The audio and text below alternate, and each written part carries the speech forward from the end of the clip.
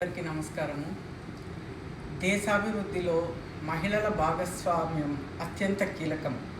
మన దేశ జనాభాలో 50% మహిళలు ఉన్నప్పటికీ కూడా చట్టసభల్లో కేవలం 14% మాత్రమే మనం పరిమితమైనాం.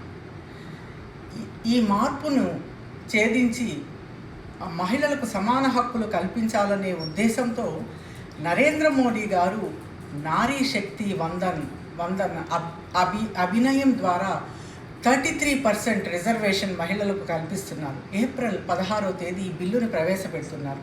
దీనిలో మనకి ఏమి లాభం అంటే అసెంబ్లీలో కానీ, స్టేట్ అసెంబ్లీస్లో కానీ, లోక్సభల్లో కానీ ప్రతి 3 సీట్లకి ఒక మహిళ కంపల్సరీగా కంటెస్ట్ చేయాల్సిన అవకాశం మనకు లభిస్తుంది. మహిళలు కేవలం లబ్ధిదారులుగా మాత్రమే కాకుండా ఈరోజు ఈ బిల్లు ద్వారా మనకు దేశ రాజకీయాల్లో మహిళా గణం వినిపించే అవకాశం నరేంద్ర మోడీ గారు మనకు కల్పిస్తున్నారు. ఇది కదా ఎంపవర్మెంట్ అంటే. నారీ శక్తికి సువర్ణ యుగాన్ని కల్పిస్తున్న నరేంద్ర మోడీ గారికి ధన్యవాదాలు.